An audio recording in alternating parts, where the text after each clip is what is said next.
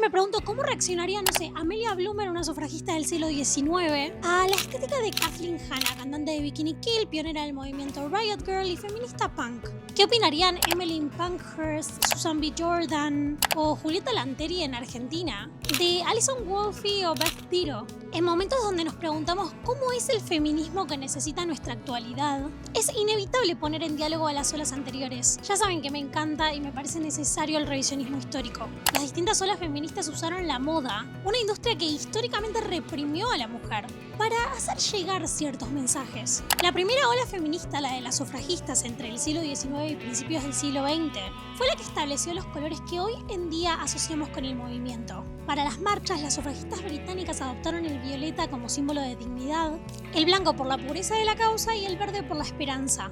Ni hablar de los bloomers, una prenda que revolucionó completamente el armario femenino occidental, ampliando sus posibilidades por fuera de la falda. La segunda ola feminista, la de los 60s, sucedió con el paralelo surgimiento de un largo modular que cambiaría todo: la minifalda. La liberación sexual y el foco por primera vez puesto en las adolescencias irrumpieron en la moda con una necesidad absoluta de hacer lo que se quisiera con el cuerpo propio, aunque definitivamente tuvo su contracara con el estándar de belleza ultra delgado. La estética que acompañó a la tercera ola feminista es tal vez de las que más me emociona tocar.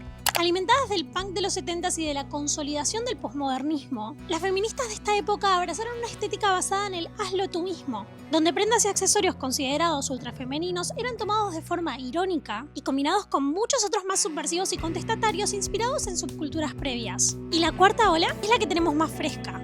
El pañuelo verde, el violeta de Ni Una Menos, el poder de la gráfica como forma de democratizar consignas y apropiarse efímeramente de la ciudad, el body painting y el glitter. Creo que entender nuestra historia nos ayuda a entender por dónde ir. Y para pensar una nueva ola es imposible no mirar atrás. Veamos cómo el feminismo usó la moda como arma ideológica.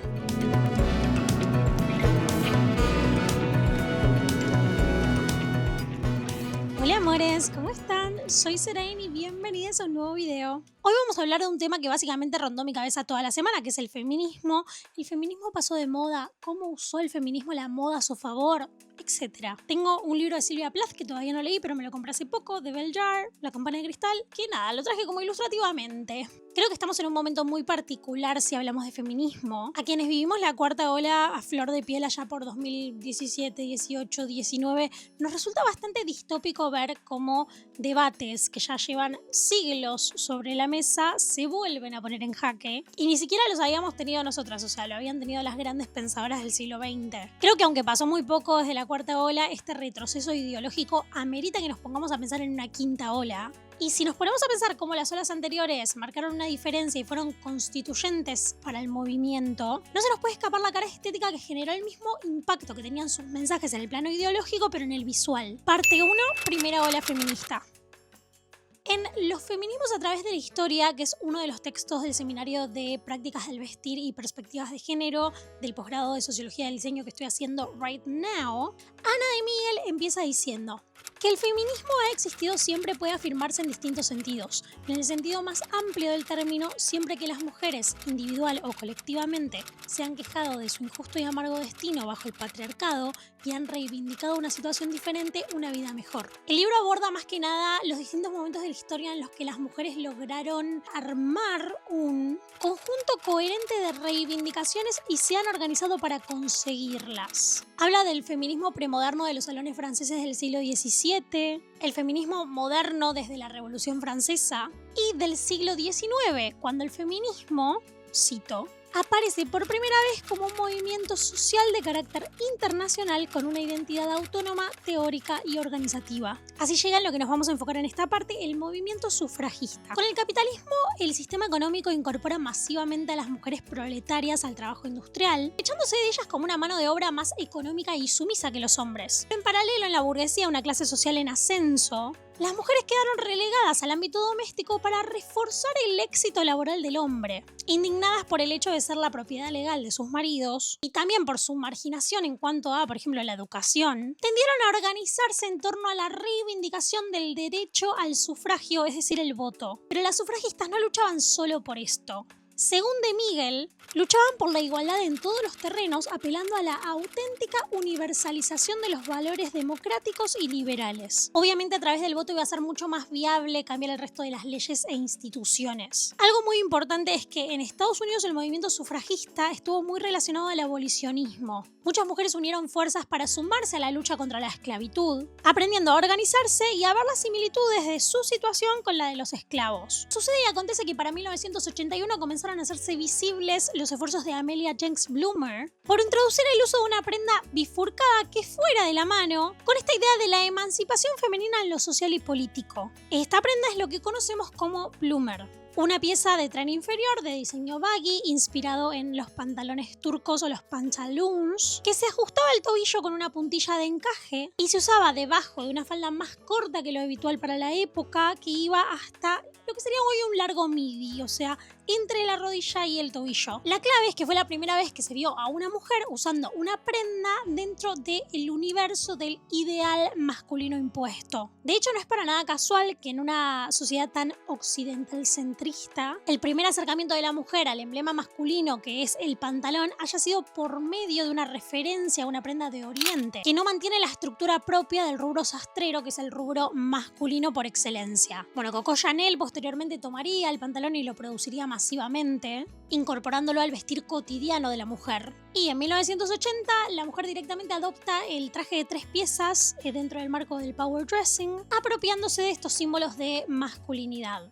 construida, ¿no? También obviamente a lo largo de la historia esta cuestión de tomar el pantalón como símbolo de empoderamiento en contraposición a la falda como símbolo de opresión nos sigue llevando a esta falsa neutralidad que plantea que todo lo típicamente asociado a lo masculino es neutro y símbolo de poder, mientras que lo históricamente asociado a lo femenino es símbolo de debilidad, poniéndole a las prendas connotaciones impuestísimas que solo derivan en más misoginia. El bloomer además implicó el hecho de abandonar la crinolina y fue muy criticado en su momento. Pero no podemos olvidarnos de que, a pesar de que no era su función primordial, la crinolina llegó a funcionar como un atisbo de espacio privado, de intimidad, en el espacio público dominado por los hombres para la mujer. En el libro Fashion the Whole Story de Thames and Hudson se hace una aclaración.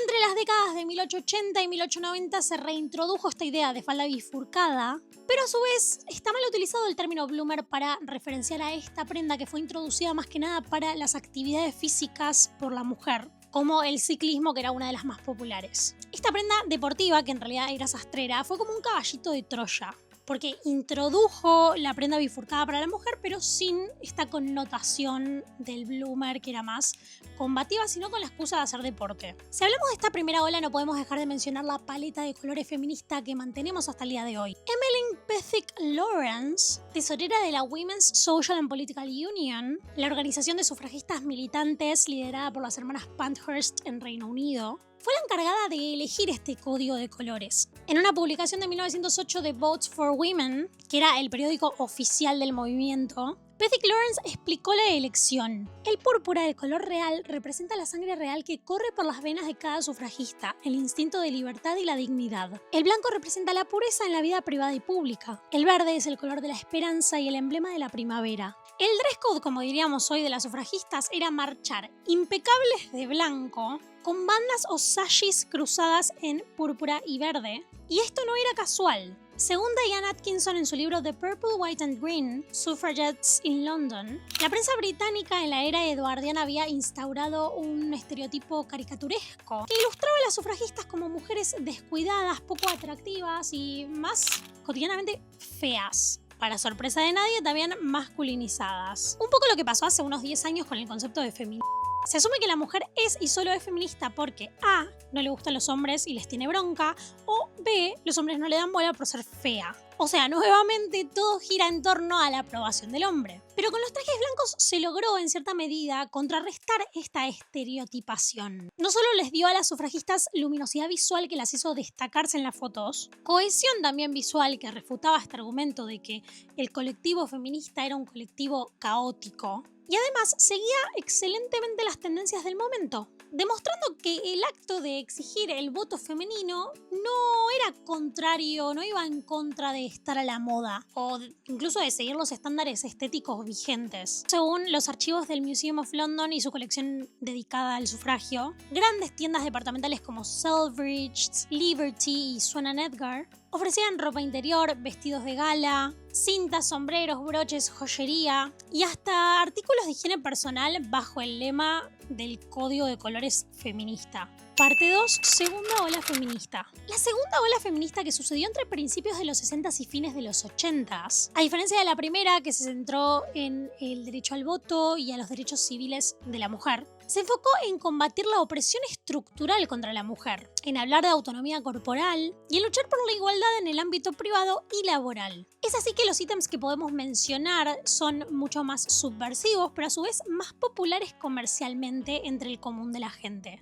Se trata de prendas que se popularizaron entre las mujeres, pero de una forma mucho más transversal que el bloomer o los colores sufragistas. Incluso entre aquellas que no se debatieron concretamente si pertenecían o no a la segunda ola feminista. Obviamente esto no anula que se trataron de prendas que escandalizaron a los sectores más conservadores, en particular los de mayor edad. Tal vez la primera prenda que le permitió a la mujer decidir cuánta piel realmente quería mostrar, sin seguir los mandatos puristas de la modestia, fue la minifalda. A ver, veníamos del New Look de Dior creado por el diseñador francés allá por 1947, que aunque lo amamos y fue el primer reconocimiento de la alta costura como sistema valioso, no dejaba de tratarse de una cintura de avispa ultra ajustada y faldas pesadas con muchos metros de tela que hacían al desplazarse una tarea bastante complicada. Además, como sabemos por Valerie Steele, esta estética de posguerra buscaba devolver espiritualmente a la mujer al hogar y a su rol de esposa perfecta, limitando físicamente sus movimientos y resaltando sus curvas naturales, por y para la admiración de la male gaze. En los 60s el paradigma cambia. La industria del consumo toma a la juventud como el target principal y en las calles se empieza a popularizar una silueta mucho menos marcada, frecuentando tipologías corte en A, facilitando el movimiento y manifestando una libertad sexual que no implicaba la sexualización de la mujer por parte del hombre. Si la creó Courrèges, si la creó Quant, suele ser el debate. Pero Quant en su autobiografía lo deja muy claro. Ni yo ni Courrèges tuvimos la idea. Fue la calle la que inventó la minifalda. Yo solo hacía ropa fácil, joven y simple, con la que se pudiera mover, saltar y correr. Aunque hoy se puede considerar a la minifalda como una prenda sexualizante por mostrar demasiada piel. Aunque para mí, principalmente, no coincido tanto con el concepto de sexualización porque siento que ninguna prenda sería en sí sexualizante si no fuéramos las mujeres históricamente cosificadas por los hombres. Su objetivo no era seducir, sino imponerse como una declaración de autonomía y control sobre el propio cuerpo, de la mano de otros hitos como la pastilla anticonceptiva. En la industria de la moda, de todas formas, no podemos idealizar nada y hay que entender que cada emblema tiene su contracara. Y es imposible dejar de admitir que la minifalda vino acompañada de un montón de trastornos alimenticios por el estándar de belleza ultra delgado. De la mano de la minifalda y esta silueta de la cual les hablé, vino también el abandono de la lencería estructurada e incómoda. De hecho, el 7 de septiembre de 1968, en una protesta contra el concurso Miss America en Atlantic City, las activistas del grupo New York Radical Women instalaron el basurero de la libertad, donde las mujeres arrojaron voluntariamente sus corsets, fajas, corpiños con aro, entre otros ítems como revistas de moda, pestañas postizas y cosas que ellas consideraban elementos de tortura para la mujer. La prensa obviamente exageró para hacer quedar a la mujer como una especie incivilizada, diciendo que se quemaron corpiños. Pero el impacto fue real. Desde esa década el uso de la ropa interior se empezó a abandonar como forma de moldear o disciplinar al cuerpo hasta Skims, adoptándose, por ejemplo, de la mano con nuevas tecnologías textiles en cuanto a sintéticos y elastizados, como la lycra, corpiños mucho más blandos y sin aro. Yo lo dejaría ahí, pero hay muchas personas que consideran como otra de las estéticas feministas de esta ola al power dressing de los 80s. Es un hecho que entre fines de los 70s y principios de los 80s se empezaron a ver resultados en el ámbito más que nada educativo y laboral de la segunda ola feminista. Y esto derivó en un ingreso masivo de mujeres a puestos que tradicionalmente habían sido ocupados solo por hombres. Hablamos de puestos ejecutivos, corporativos y hasta políticos, donde la mujer tuvo que conseguir una armadura para ser tomada en serio. Esta armadura fue construida a partir de los medios masivos de comunicación y publicaciones como The Woman's Dress for Success Book, de John T. Molloy de 1977, quien acuñó el término power dressing para describir cómo, según la psicología conductual y de la percepción, para ser tomada en serio en una junta con directores, la mujer debía neutralizar los rasgos que el patriarcado identificaba como de debilidad y adoptar un uniforme de autoridad. Sí, mucha tesis, pero no deja de ser un varón diciéndonos que tenemos que vestirnos como hombres para ser tomadas en serio. Lo que a mí me sucede con esta idea del power dressing, de la mujer usando traje y el feminismo, es que no deja de hablar de esta falsa neutralidad de la cual les contaba, en la que la única forma de ser tomada en serio termina siendo tener que adoptar elementos del traje tradicionalmente masculino.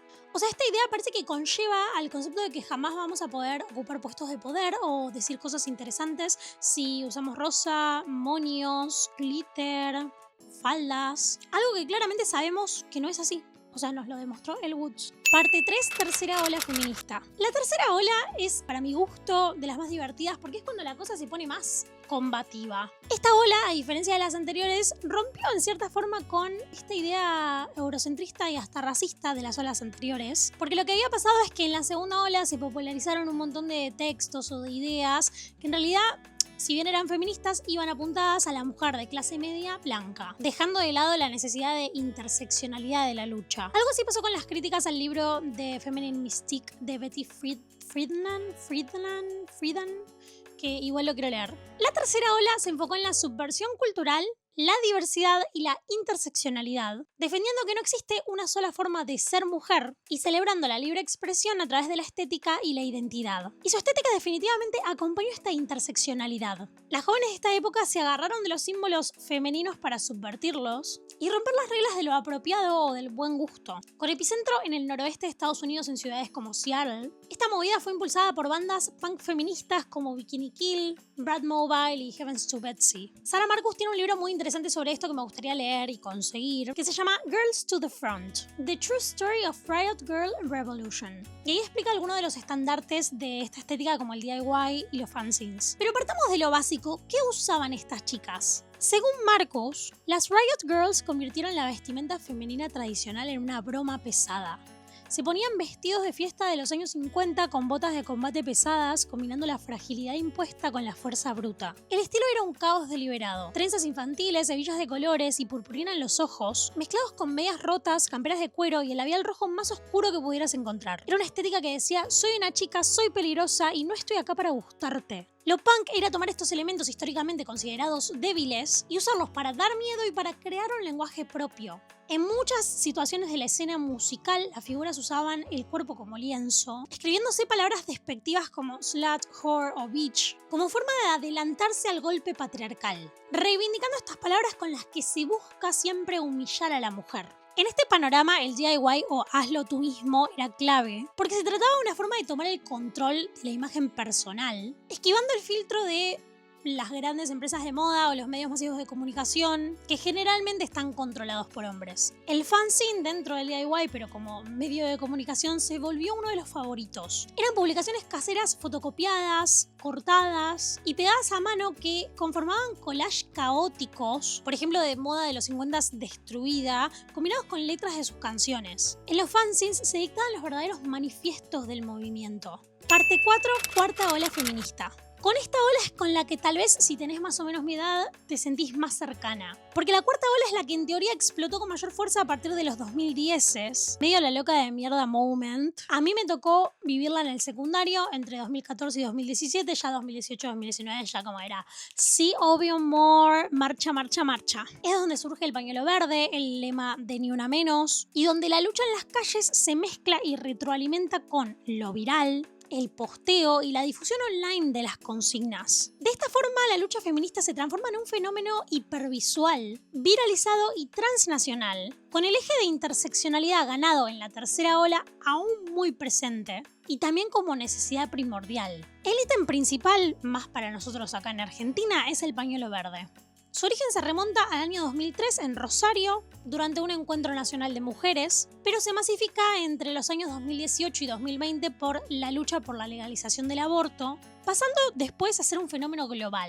Sociólogas como Dora Barrancos explica que el pañuelo verde como símbolo de lucha es una herencia estética y política de las madres y abuelas de Plaza de Mayo, quienes, como ya sabemos, usaban pañuelos blancos atados a la cabeza. Al adoptarlo, pero atado tal vez a la muñeca o al bolso, el feminismo actual entabló un diálogo con la memoria por los desaparecidos en la segunda dictadura militar en nuestro país. Y aunque el verde ya había sido incorporado a la paleta feminista del siglo XIX, en el caso de este verde puntual fue más práctico. Este verde Benetton era un color no asociado a ningún partido político ni religión en Argentina, y así se volvió un dispositivo de identificación comunitaria, un código de complicidad y seguridad entre mujeres que cruzó fronteras llegando incluso a México. El violeta también se consolidó, pero internacionalmente, como un color de denuncia frente a la violencia machista y los femicidios, adoptando la consigna de Ni Una Menos, que este miércoles pasado cumplió 11 años. Y particularmente en estos dos colores encontramos uno de los elementos más emblemáticos de esta ola, que es el glitter. Lo llamativo del glitter es que combinaba este reclamo enojado desde el enojo con una cierta festividad colectiva. En el libro La potencia feminista de la socióloga y activista Verónica Gago, se analiza cómo las marchas de la cuarta ola dejaron de ser solemnes para volverse algo mucho más performático y festivo, de celebración. El glitter aparece como una pintura de guerra, pero redefinida desde el goce. Ya no se busca ni la mimetización con lo masculino ni la autodestrucción, sino la construcción de una identidad colectiva orgullosa. El glitter generó muchos debates y contraposturas por esta idea de la fiesta, que generó ruido en algunos sectores asumiendo que por ser algo inocente o festivo o asociado a lo aniñado, esto le quitaba seriedad a la lucha. Para mí es un poco al revés de lo que pasa con el power dressing. El glitter que usábamos para pintar cuando éramos niñas puede hoy ser resignificado como un arma ideológica. Y además en la poesía del material siento que hay un hecho inminente. Es imposible deshacerte del glitter y se escabulle hasta en los más mínimos rincones. Otra característica estética de la cuarta ola es la presencia de la gráfica y de lo que Davis, Mongan y Varas llaman cuerpos gráficos. Según un texto homónimo, los cuerpos gráficos son un conjunto múltiple de artefactos sensibles y expresivos, visuales y performáticos, que introducen procedimientos y materiales precarios o devaluados, marginales respecto de la gráfica canónica y sus protocolos tecnológicos e institucionales, desplegados generalmente en respuesta a una convocatoria alrededor de un acontecimiento, una conmemoración, una denuncia, una consigna o una demanda. Y aunque los carteles y los stencils se ven desde el comienzo del feminismo, técnicas como la sublimación o la democratización de otras técnicas, como por ejemplo la serigrafía, popularizaron mucho más este recurso que logró efectivamente apropiarse del espacio público, de la calle, aunque sea por un periodo efímero de tiempo, dejando una huella con un mensaje. Remeras pintadas, banderas, incluso body paintings, retoman estas imágenes o frases cuya autoría a veces se olvida porque pasan a ser parte de todo el colectivo. Parte 5. ¿Y qué viene después? Es evidente que estamos en un momento bisagra en la historia de los feminismos. Se volvieron a replantear por parte de medios y de las voces más hegemónicas de lo que es la industria de la comunicación. Debates sobre los que hace siglos se viene escribiendo o poniendo sobre la mesa, estudiando. O sea, no lo digo yo, lo dijo, esto es lo más snob que voy a hacer, pero Simone de Beauvoir en 1949. Nunca olvides que solo bastará una crisis política, económica o religiosa para que los derechos de las mujeres vuelvan a ser cuestionados. Esos derechos nunca se dan por adquiridos.